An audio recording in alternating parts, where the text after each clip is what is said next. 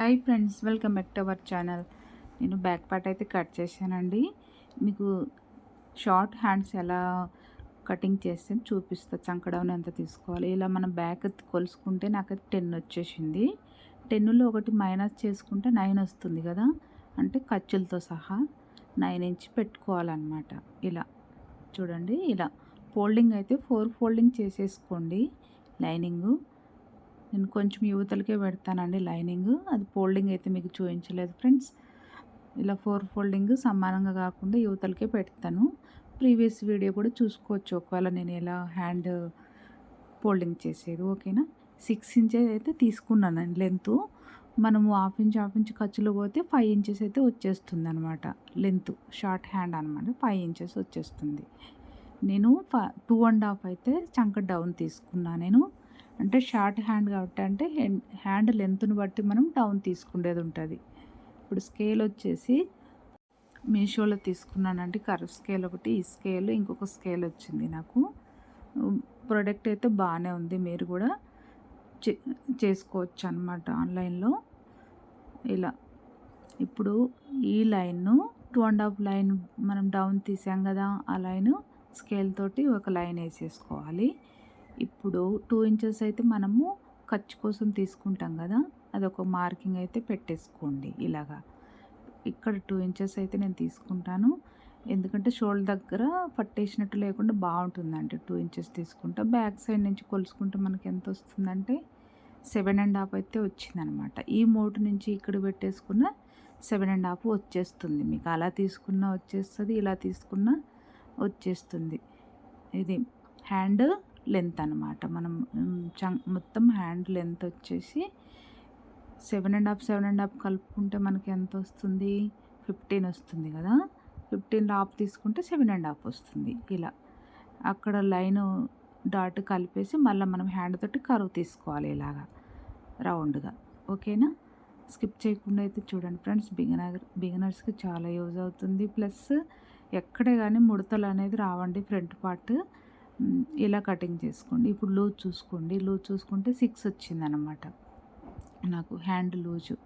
ఈ 6 ఇంచెస్ కింద పెట్టేసుకుందాము. ఇలా ఇలా 6 ఇంచెస్ పెట్టేసుకొని 2 ఇంచెస్ ఖర్చు కోసం ఇలా ఒక లైన్ అయితే వేసేసుకుందాము. ఇక్కడ 2 ఇంచెస్ ఇది టేప్ లాగా కూడా యూజ్ అవుతుందండి స్కేలు. ఇలా 2 ఇంచెస్ పెట్టుకున్నాం కదా, ఒక ఖర్చు అయితే పెట్టేసుకోండి. ఓకేనా. ఇలా కర్వ్ తీసుకున్నాం కదా.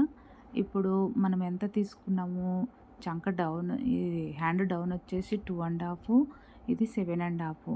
హ్యాండ్ మొత్తం లూజ్ వచ్చేసి 15, హాఫ్ తీసుకుంటే 7.5. ఇక్కడ 6 ఇంచెస్, 2 ఇంచెస్ అయితే మనకు ఖర్చు కోసం. ఈ మార్కింగ్ అయితే మనకు గుర్తుపెట్టుకుంటే ఈజీగా హ్యాండ్ మనము కటింగ్ చేసుకోవచ్చు అండి. ఇబ్బంది అయితే ఏమీ ఉండదు.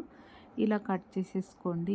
ఈజీగా మనకు హ్యాండ్ కటింగ్ అయిపోతుంది. అంటే హ్యాండ్ లెంత్ను బట్టి డౌన్ కూడా మారుతుందండి. ఏంటంటే షార్ట్ హ్యాండ్ కాబట్టి నేను 2.5 తీసుకున్నా. ఇక్కడ ఇలా ఎక్స్ట్రా ఉన్నది కట్ చేసేసుకొని ఒక కట్స్ అయితే పెట్టుకోండి. ఎందుకంటే మనకు కుట్టేటప్పుడు ఈజీగా ఉంటుంది ఎక్కడ అనేది.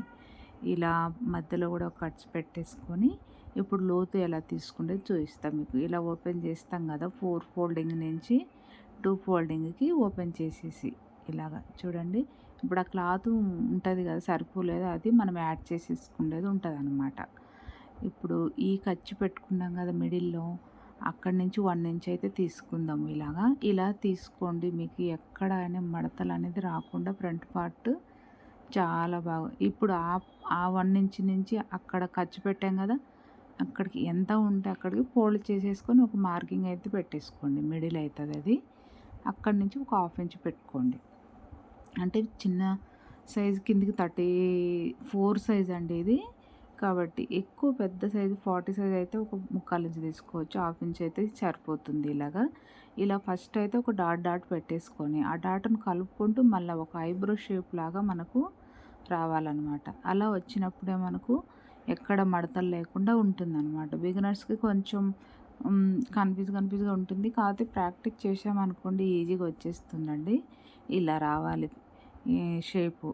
ఇలా కట్ పెట్టుకొని ఫ్రంట్ పార్ట్ అని గుర్తుపెట్టుకోవాలన్నమాట. మనం స్టిచ్చింగ్ చేసేటప్పుడు ఈజీగా ఉంటుంది. ఓకేనా ఫ్రెండ్స్. నచ్చితే మాత్రం ఒక లైక్ ఇచ్చేసి సబ్స్క్రైబ్ అయితే చేయండి ఫ్రెండ్స్. ఇలా ఓకే. Bye friends.